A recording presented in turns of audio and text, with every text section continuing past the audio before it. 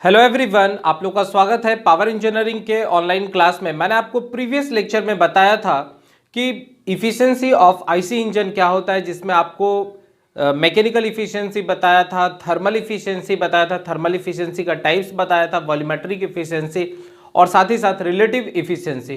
तो उसी पर बेस्ड कुछ न्यूमेरिकल्स आज देखेंगे जो काफ़ी इंपॉर्टेंट है। ठीक है, तो चलिए पहला न्यूमेरिकल्स हम लोग देखते हैं क्या कह रहा है। A 4-stroke 2-stroke petrol engine develop 23.5 kilowatt brake power at 2500 RPM. मतलब कह रहा है कि आपके पास सॉल्यूशन पार्ट्स में हम लोग आएंगे। कह रहा है आपके पास एक 2-स्ट्रोक इंजन है, ठीक है, एक 2-स्ट्रोक इंजन है और हम जानते हैं कि 2-स्ट्रोक इंजन में N is equal to capital N होता है और n का वैल्यू कितना दे दिया हुआ है, तो n का वैल्यू जो है 2500 आरपीएम है।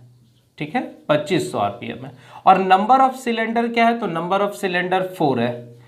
ये k को क्या कहते हैं, नंबर ऑफ सिलेंडर। कोई कंफ्यूजन नहीं।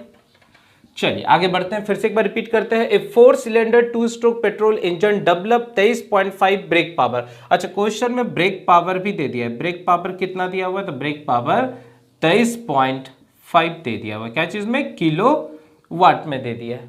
ठीक है, कह रहा है कि the mean effective pressure on each piston is 8.5 बार। मतलब हर एक पिस्टन पर जो मीन इफेक्टिव प्रेशर पड़ रहा है वो कितना पड़ रहा है, 8.5 बार का पड़ रहा है। चलिए, and the mechanical efficiency is 85%। Mechanical efficiency कितना है, 85% है। और मैकेनिकल इफिशिएंसी क्या होता है, brake power by indicated power. कोई कंफ्यूजन नहीं।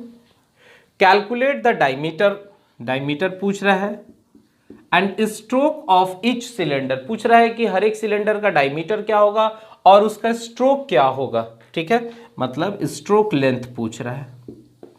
और क्या दिया हुआ है, assuming the length of stroke equal to 2 times the diameter of the cylinder. इसका मतलब एक रिलेशन दिया हुआ है कि L का मान जो है वो 2D है।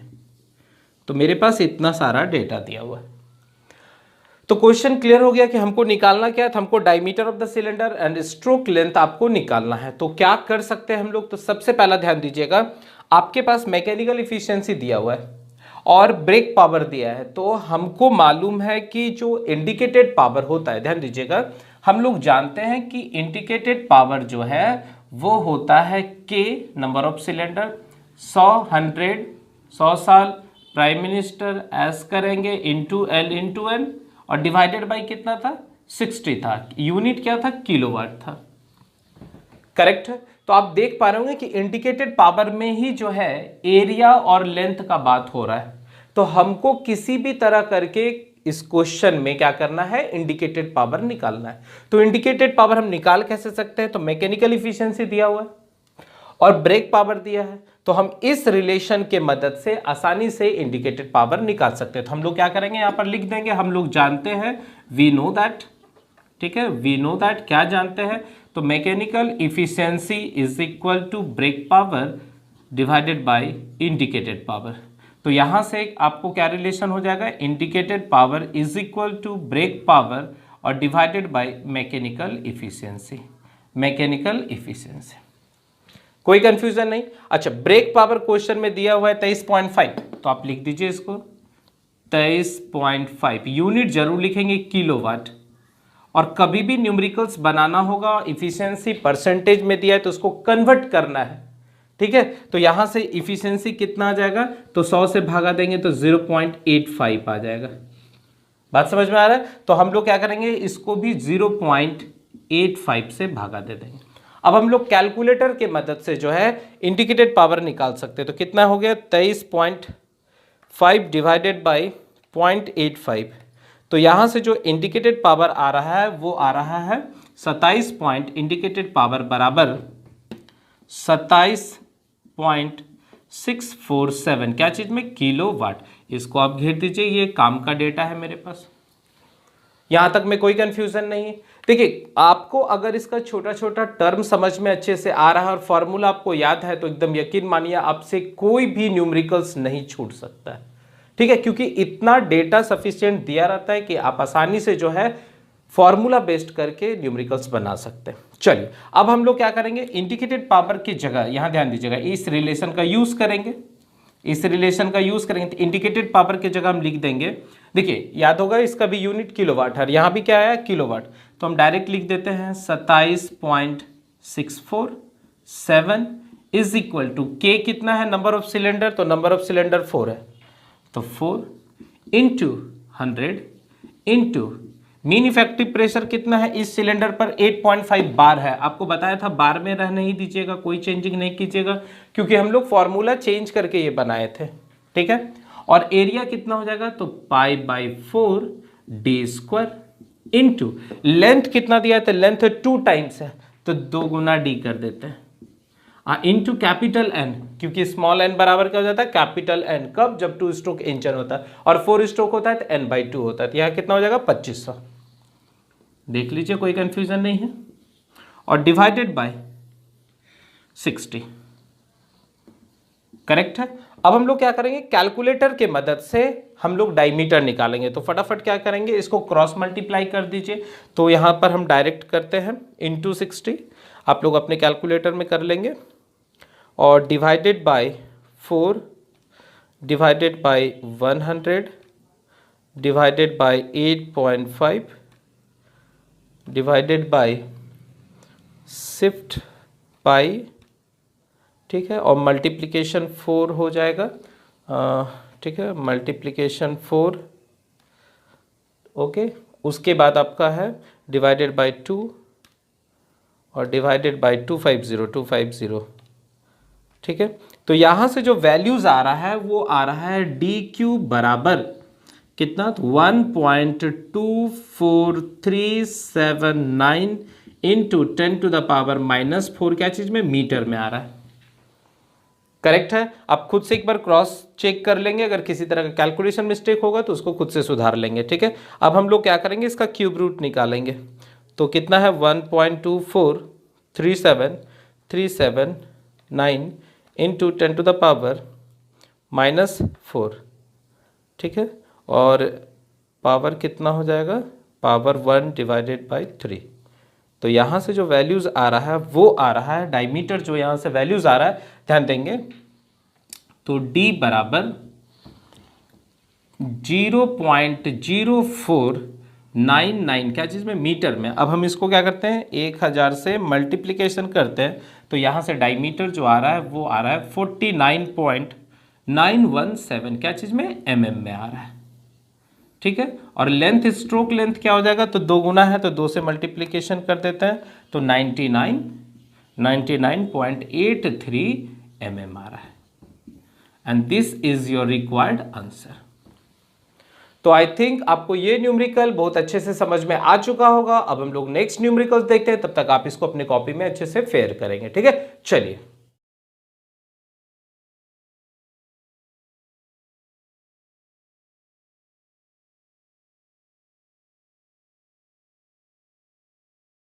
चलिए अब हम लोग नेक्स्ट क्वेश्चन में आ जाते हैं। नेक्स्ट क्वेश्चन क्या कह रहा है कि एक gas engine has a piston diameter of 160 mm and length of stroke is 500 mm with mean effective pressure of 6 bar. Clear है, कह रहा है कि एक गैस इंजन है जिसका आपको डायमीटर, पिस्टन का डायमीटर दे दिया हुआ है 160 mm और उसका स्ट्रोक लेंथ जो है वो 500 mm है, और उसमें जो मीन इफेक्टिव प्रेशर डेवलप हो रहा है वो कितना डेवलप हो रहा है, 6 बार का डेवलप हो रहा है। तो कह रहा है कि द इंजन मेक्स 120 एक्सप्लोजन पर मिनट। क्या कह रहा है, उस इंजन में 1 मिनट में 120 बार एक्सप्लोजन हो रहा है, मतलब पावर स्ट्रोक का डेवलपमेंट हो रहा है। तो यहां पर ये याद रखना है, एक्सप्लोजन पर मिनट जो है वह डायरेक्ट आपको स्मॉल n को रिप्रेजेंट करता है, ठीक है। आपको पता था कि इंडिकेटेड पावर में क्या होता है 100 pm into a into l into n, तो यह जो स्मॉल n है वही आपको यहां पर क्या बता रहा है, एक्सप्लोजन पर मिनट बता रहा है। तो पूछ रहा है क्वेश्चन में, find the mechanical efficiency of the engine if the brake power is 5.5 kilowatt. Clear एकदम हो रहा है। तो हम लोग क्या करेंगे, इसके सॉल्यूशन पार्ट्स में चलते हैं। तो सॉल्यूशन पार्ट्स में क्या दे दिया हुआ है, तो डायमीटर क्वेश्चन में दे दिया है 160 mm, तो इसको कन्वर्ट कर लीजिए मीटर में, तो 1000 से भागा देंगे तो ये कितना हो जाएगा 0.16 मीटर हो गया। ठीक है, और लेंथ कितना दे दिया हुआ है 500 mm दे दिया हुआ है, तो इसको भी 1000 से भागा देंगे तो ये कितना हो जाएगा 0.5 मीटर होगा। और कभी भी डायमीटर दिया हो तो आप क्या करेंगे फटाफट एरिया निकाल लेंगे, तो क्या हो जाएगा पाई/4 d स्क्वायर, तो पाई/4.16 का होल स्क्वायर। अब इसको कैलकुलेटर के मदद से हम लोग क्या करेंगे सॉल्व करेंगे, तो 0.16 स्क्वायर इंटू शिफ्ट पाई, ठीक है, और डिवाइडेड बाय 4, तो यहाँ से जो वैल्यूज आ रहा है वो लगभग आ रहा है 0.0201 क्या चीज में मीटर स्क्वायर। कोई कंफ्यूजन नहीं, तो डायमीटर निकल गया, आपका लेंथ है, एरिया निकल गया। अच्छा, मीन इफेक्टिव प्रेशर कितना है 6 बार है, करेक्ट है, और स्मॉल एन कितना है 120 है, जिसको हम लोग एक्सप्लोजन पर मिनट भी कह रहे हैं। और क्या दिया हुआ है, तो ब्रेक पावर क्वेश्चन में दे दिया हुआ कितना है 5.5 किलो वाट दिया है, तो पूछ रहा है कि मैकेनिकल इफिशिएंसी क्या होगा। तो मैकेनिकल इफिशिएंसी के लिए सबसे पहला हमको इंडिकेटेड पावर चाहिए, क्योंकि हम जानते हैं कि मैकेनिकल इफिशिएंसी बराबर होता है brake power by indicated power. तो जब इंडिकेटेड पावर निकलेगा तभी मैकेनिकल इफिशिएंसी निकल सकता है। तो हम लोग क्या करेंगे फटाफट इंडिकेटेड पावर निकालेंगे। तो हम लोग जानते हैं वी नो दैट क्या जानते हैं, तो indicated power is equal to 100 into PM गुना area into L into small n divided by 60, और यूनिट क्या हो जाएगा किलो वाट, करेक्ट है।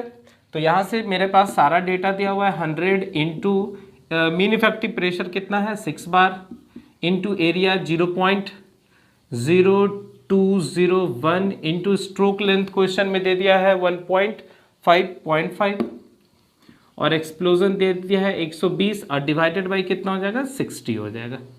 देख लीजिए इसको फटाफट। तो हम लोग क्या करेंगे, इसको मल्टीप्लिकेशन करते हैं 100 गुना 6 इंटू 0.0201 इंटू वट 0.5 इंटू 120, ठीक है, और इसको डिवाइड कर रहे हैं 60 से, तो वैल्यू जो आ रहा है वो लगभग आ रहा है, इंडिकेटेड पावर जो है वो 12.06 आ रहा है, क्या चीज़ में किलोवाट में, करेक्ट है। अब हम लोग मैकेनिकल इफिशियंसी निकाल लेंगे, देयरफॉर मैकेनिकल इफिशियंसी बराबर brake power to the indicated power. तो ब्रेक पावर कितना क्वेश्चन में दिया हुआ है 5.5 किलो वाट, और ये कितना है 12.06 क्या चीज़ में किलोवाट, किलोवाट कट गया, तो इसको भी हम लोग डिवाइड कर देंगे 5.5 डिवाइडेड बाई 12.06। तो यहाँ से जो वैल्यूज़ आ रहा है वो लगभग आ रहा है मैकेनिकल इफिशियंसी बराबर 0.456 आ रहा है, और परसेंटेज में कितना हो जाएगा 45.6%। ये mechanical efficiency, and this is your required answer. तो आई थिंक आपको ये न्यूमेरिकल्स भी अच्छे से समझ में आ चुका होगा। अब हम लोग नेक्स्ट न्यूमेरिकल देखते हैं, ठीक है, तब तक आप इसको नोट कर लीजिएंगे।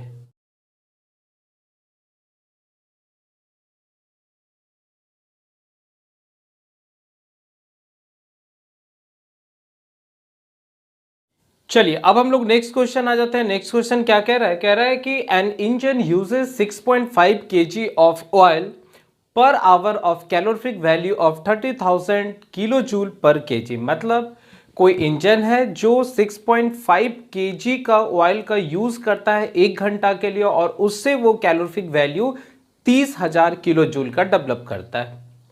If the brake power of the engine is 22 kilowatt and mechanical efficiency 85%, then calculate the indicated thermal efficiency and brake thermal efficiency। ठीक है, तो चलिए इसके सॉल्यूशन में हम लोग देखते हैं कि क्या क्या डेटा दिया हुआ है। तो ध्यान से सुनेंगे सॉल्यूशन पार्ट्स में।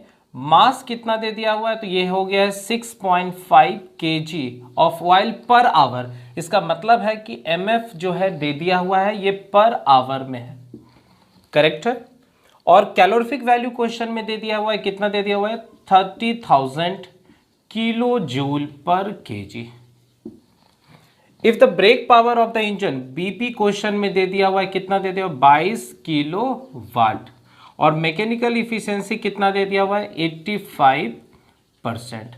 तो आप क्या करेंगे, कभी भी अगर आपको मैकेनिकल इफिशियंसी दिया हुआ है तो आप आसानी से वहां से इंडिकेटेड पावर निकाल सकते हैं। तो brake power divided by indicated power, तो इंडिकेटेड पावर बराबर क्या हो जाएगा, brake power divided by mechanical efficiency. कोई कंफ्यूजन नहीं। तो ब्रेक पावर आपको क्वेश्चन में कितना दिया हुआ है, 22 दिया हुआ है, और डिवाइडेड बाय ये कितना है, 85%, तो इसको कन्वर्ट कर लीजिए तो 85 हो जाएगा। तो डिवाइडेड बाय 0.85, तो यहाँ से जो वैल्यूज़ आ रहा है वो आ रहा है लगभग 25.88 किलो वाट। क्लियर है। तो इंडिकेटेड पावर निकल गया। अब हम लोग को क्या निकालना पूछ रहा है इंडिकेटेड थर्मल इफिशियंसी क्या होगा। तो इंडिकेटेड थर्मल इफिशियंसी, हम लोग को इंडिकेटेड थर्मल इफिशियंसी निकालना है। तो इंडिकेटेड थर्मल इफिशियंसी को ITH कहते हैं, और ये होता है, क्या होता है, देखिए क्या बताऊं कि जब आवर में दिया रहेगा जो 3600 से गुना करेंगे इनटू इंडिकेटेड पावर और डिवाइडेड बाय MF, ठीक है, I इंटू कैलोरीफिक वैल्यू।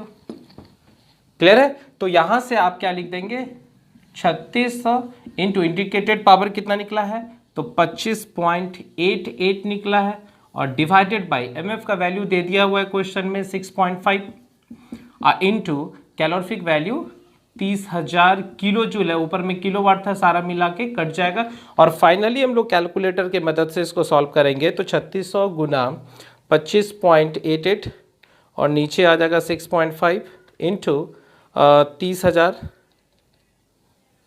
ठीक है। तो यहाँ से जो वैल्यूज आ रहा है वो आ रहा है लगभग 4.4777, जिसको हम लोग लगभग लिख सकते हैं 47.77%। 7%, ये क्या निकल गया, इंडिकेटेड थर्मल इफिशियंसी। कोई कंफ्यूजन है। अब हमको ब्रेक थर्मल इफिशियंसी निकालना है। तो ब्रेक थर्मल इफिशियंसी बराबर क्या होता है, 3600 गुना ब्रेक पावर और divided bye same formula MF into what, calorific value. तो यहां से आप क्या करेंगे, 3600 आपको पता है 3600, और ब्रेक पावर आपको क्वेश्चन में दे दिया हुआ है कितना है, 22 है, और MF का वैल्यू 6.5 है, इंटू 30,000 है। यहाँ से सॉल्व करेंगे तो आपका जो वैल्यूज आ रहा है वो लगभग आ रहा है, यहाँ से सॉल्व कर लेंगे आप, तो ये हो जाएगा 22, ठीक है, 22 3600 22 6.5, और यहाँ से जो वैल्यूज आ रहा है वो लगभग आ रहा है 40.6%। तो आई थिंक आपको ये भी न्यूमेरिकल अच्छे से समझ में आ चुका होगा, और अब हम लोग लास्ट न्यूमेरिकल्स पढ़ते हैं, तब तक आप इसको अच्छे से नोट डाउन कर लेंगे, ठीक है।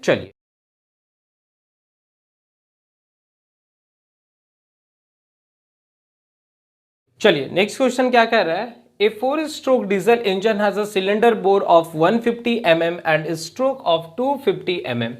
The crankshaft speed is 300 rpm and the fuel consumption is 1.2 kilojoule per hour. Having a calorific value of 39,000 kilojoule per kg, the indicated mean effective pressure is 5.5 bar if the compression ratio is 15 and cutoff ratio is 1.8. Calculate the relative thermal efficiency. इस बार आपसे क्या पूछ रहा है कि relative thermal efficiency क्या होगा, ठीक है। तो हम लोग सॉल्यूशन पार्ट्स में आते हैं फटाफट। क्या कह रहा है, सबसे पहला हम लोग को डायमीटर दे दिया है, बोर का डायमीटर दिया हुआ है 150 mm दिया हुआ है। तो आप इसको फटाफट क्या करेंगे, मीटर में कन्वर्ट कर देते थे, 0.15 मीटर हो गया। और यहां से एरिया आप फाइंड आउट कर लो, π/4 और 0.15 का होल स्क्वायर। तो जल्दी से इसको हम लोग फाइंड आउट करते हैं, 0.15 का होल स्क्वायर, ठीक है, और इनटू पाई, और यहाँ से हम लोग डिवाइड कर देते हैं 4। तो एरिया हमको निकल जाएगा, कितना आ रहा है, तो ये वैल्यूज आ रहा है 0.01767, क्या चीज़ में, मीटर स्क्वायर में। अच्छा, स्ट्रोक लेंथ क्वेश्चन में दे दिया हुआ है 250, क्या चीज में दिया हुआ है, mm में, तो ये कितना हो जाएगा, 0.25 मीटर में आ जाएगा। स्पीड की, अच्छा क्या कह रहा है, 4 स्ट्रोक डीजल इंजन है, ठीक है।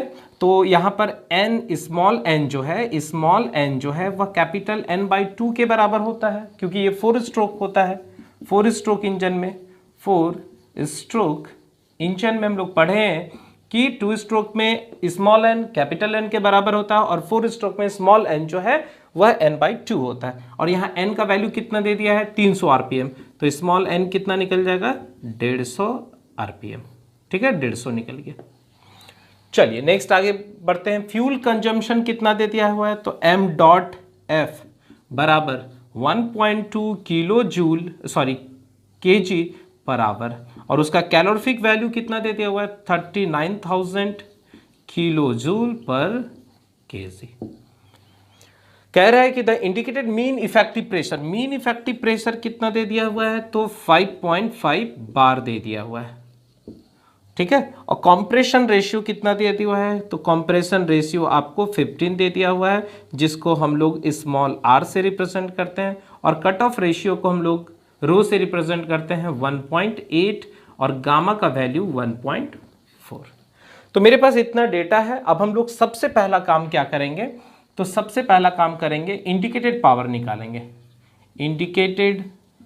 इंडिकेटेड थर्मल इफिशियंसी हम लोग क्या करेंगे, इंडिकेटेड थर्मल इफिशियंसी निकालेंगे। तो इंडिकेटेड थर्मल इफिशियंसी निकालने का क्या फॉर्मूला है, तो ηITH इज इक्वल टू 3600 गुना इंडिकेटेड पावर और डिवाइडेड बाय MF इनटू कितना कैलोरीफिक वैल्यू। तो इंडिकेटेड पावर निकलेगा तभी तो थर्मल इफिशियंसी निकलेगा। तो इंडिकेटेड पावर हम लोग निकालेंगे कितना होता है, तो नंबर ऑफ सिलेंडर कितना है 1, तो हम लोग लिख देंगे 100 pm into area into L into small n और divided by 60 unit kilo watt.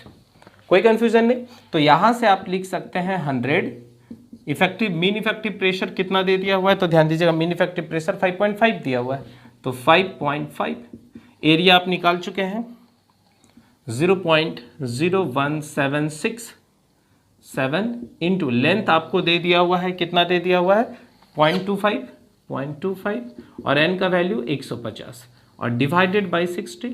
Calculator से इसको फटाफट हम लोग क्या करेंगे सॉल्व कर लेते हैं। तो 100 इंटू 5.5 इंटू 0.01767 इंटू 0.25 इंटू 150 और नीचे कितना हो जाएगा 60। तो यहाँ से जब सॉल्व करेंगे तो कुछ वैल्यूज़ आ रहा है इंडिकेटेड पावर में, इंडिकेटेड पावर 6.074। एक बार आप क्रॉस चेक आप और कर लेंगे किलोवाट में। ठीक है, अब हम लोग क्या करेंगे, थर्मल इफिशियंसी का बात हो रहा है, तो यहाँ से थर्मल इफिशियंसी जो है इंडिकेटेड थर्मल इफिशियंसी 3600 और गुना इंडिकेटेड पावर कितना 6.074 और डिवाइडेड बाय MF का वैल्यू क्वेश्चन में दे दिया हुआ है, कितना दे दिया हुआ 1.2 दिया हुआ है, तो 1.2 इंटू कैलोरीफिक वैल्यू 39000। ठीक है, इसको भी कैलकुलेटर से हम लोग सॉल्व कर लेते हैं। इंटू कितना हो जाएगा 3600 और डिवाइडेड बाय 1.2, ठीक है 1.2 और डिवाइडेड बाय 39000। तो यहाँ से जो वैल्यूज़ आ रहा है वो आ रहा है 0.467, इसका मतलब 46.7% आ रहा है। कोई कंफ्यूजन नहीं। और अब हम लोग क्या करेंगे, एयर स्टैंडर्ड इफिशियंसी निकाल लेंगे। एयर स्टैंडर्ड इफिशियंसी किसके लिए, डीजल इंजन के लिए। तो क्या फॉर्मूला है, ठीक है, एयर स्टैंडर्ड के लिए डीजल इंजन 1/1/R गामा -1 और रो का पावर गामा -1 और divided by rho -1 into gamma. ठीक है, तो मेरे पास सारा डेटा दिया हुआ है, तो यहां से हम लोग क्या करेंगे, सारे वैल्यू को पुट करते हैं, तो क्या हो जाएगा 1 -1/R। R कितना है, कंप्रेशन रेशियो 15 दिया हुआ है 15 और गामा का वैल्यू 1.4 और -1 तो 0.4 डायरेक्ट लिख देता हूं, और कितना हो जाएगा तो 1.8 1.4 -1 और नीचे क्या हो जाएगा 1.4 1.8 -1। ठीक है, इसको भी हम लोग क्या करते हैं कैलकुलेटर से सॉल्व करते हैं, तो कितना वैल्यू आ जाएगा 1.8 का होल का पावर 1.4 1.4, ठीक है, और यहाँ पर -1 और नीचे कितना हो जाएगा, तो 1.4 इंटू 0.8 करेक्ट है। तो यहाँ से वैल्यूज़ कुछ आ रहा है, ध्यान दीजिएगा, हम ऊपर से हटा रहे हैं। क्वेश्चन आप नोट कर लेंगे इसको अच्छे से। अब हम लोग यहाँ से जो है सॉल्यूशन पार्ट्स में जाते हैं, ठीक है। तो यहाँ से जो वैल्यूज़ आ रहा है, इफ़िशेंसी बराबर एयर स्टैंडर्ड इफ़िशेंसी 1/1/15 और ये 0.4, और यहाँ से जब हम उसको सॉल्व किए तो उसका वैल्यू आ रहा है 1.1402 आ रहा है, ठीक है। तो इसको हम लोग डिवाइड कर देते हैं, कितना से डिवाइड करेंगे, डिवाइड 15 का पावर 0.4, ठीक है। तो ये हो जाएगा 1 माइनस 0.3859 और इसको 1 से हम लोग घटा देते हैं। तो यहाँ से वैल्यूज जो आ रहा है वो 0.6140 आ रहा है, ठीक है। मतलब लगभग आपका जो है 61.4% आ रहा है। तो हमको तो रिलेटिव थर्मल इफिशिएंसी निकालना है, तो हम लोग क्या करेंगे, रिलेटिव थर्मल इफिशिएंसी का बात करते हैं, ठीक है। तो यहाँ से हम लोग फाइनली क्या करेंगे, देयरफॉर रिलेटिव थर्मल इफिशिएंसी बराबर क्या पढ़े हैं, तो इंडिकेटेड थर्मल इफिशिएंसी को अगर एयर स्टैंडर्ड इफिशिएंसी से भागा दे देते हैं तो हमको रिलेटिव निकल जाता है। तो कितना आपका जो है इंडिकेटर आया है 46.7, मतलब 0.467 आया। इसको डिवाइड कर रहे हैं कितना से, 0.614। तो रिलेटिव थर्मल इफिशिएंसी जो आ रहा है वो लगभग आ रहा है 0.7605, मतलब 76.05%। तो आई होप आपको ये न्यूमेरिकल्स भी समझ में आ गया होगा। हम लोग हर तरह का न्यूमेरिकल सॉल्व कर लिए हैं जो आपके थ्योरेटिकल पर बेस्ड था। अब हम लोग नेक्स्ट लेक्चर में जो है वो पढ़ेंगे स्पेसिफिक फ्यूल कंजम्पशन क्या होता है, जिसमें इंडिकेटेड स्पेसिफिक फ्यूल कंजम्पशन और ब्रेक स्पेसिफिक फ्यूल कंजम्पशन के बारे में बताएंगे। तब तक आप ज़्यादा से ज़्यादा न्यूमेरिकल का प्रैक्टिस करेंगे, आपके पास जो भी बुक अवेलेबल है वहाँ से, ठीक है। चलिए, तो आज के लिए बस इतना ही रहने देता हूँ। Thank you.